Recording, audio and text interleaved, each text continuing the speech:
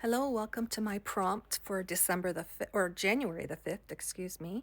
The prompt today was depth. I am a little behind on my prompts, but here we go. So for this one, I decided to use the page after my last prompt, and I decided I would have to create a pocket with a tag. So I decided I wanted to do the iris fold method on the tag to create the prompt depth today. So here I am just getting my papers ready, kind of preparing my pocket, and then I will go into making my tag here. So this is an old technique I learned back in my card making days. So you basically take a tag and punch an image out of it, or use a die cut or whatever. And then you take strips of paper, which I am creating here. Now, usually you fold the strip so there's a folded edge showing, but because this was such a small negative space I was going to fill, I just didn't bother with a fold. So I have cut strips now of my coordinating decorative paper. And then you turn your item over and you just glue them onto the back over the space, which we'll show here in a second. And I do believe this is called the iris fold method. So I'm just cutting my strips into shorter pieces here, and then I'm just going to alternate each pattern as I go here. So as you can see, so I put it right to over the edge so it overlaps, and then you turn it a quarter turn to the next side, and you just keep doing that. You just keep going around and around.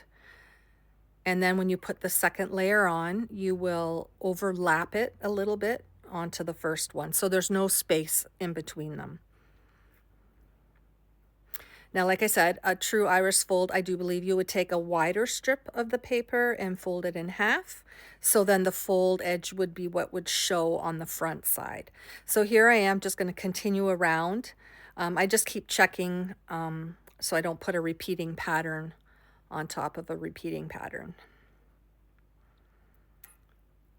And you just go around and around until you fill up the whole space.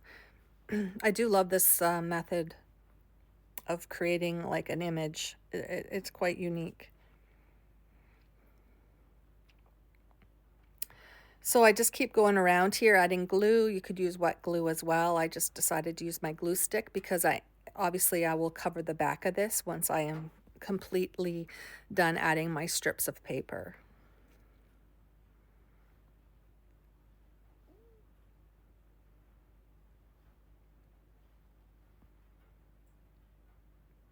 So there we go. You just keep going around. So I'm on my third strip of paper now for each side. So once that's all done, you've covered it totally. I'm just gonna trim off the edges that are sticking over, and I am going to cover it. So here I'm just showing you the front. So you can kind of see how it creates that depth or kaleidoscope effect. So I'm just going to take it now and glue it down on some cardstock and cut around it. So the front of this is a little plain, but I am going to bring in my stamps in a minute here to create some more dimension on the front of this journaling card, I guess it is. So I'm just going to round my corners in a second. And using a thick piece of cardstock to cover the back is a good idea, just because you do have layers of paper there. So here I am coming now to the pocket end of the portion of the in my journal where I'm going to put this little journaling card. So I'm just going to line the white paper. It was just a little too white with some of the coordinating green there to create a nice little pocket. And then I just bring in my stamps basically here. I've put the flower die that I punched out back in so I don't stamp on top of what I just created. And I just bring in various stamps now, and I try to create a little bit more depth on the tag, and I will also do the same thing on the pocket, and I will stamp the date as well, '05, for the pocket cover. So yeah, so that's pretty much it. I added a little bit of lace. I just stapled it on. I used a little bit of white acrylic paint, as you will see, and I also used my white and black gel pen. It's pretty self-explanatory, but yeah, so I hope you enjoy this today. I'm just going to let the music play now, and this was my prompt result for the word depth. Thank you for watching today. Have a great day now.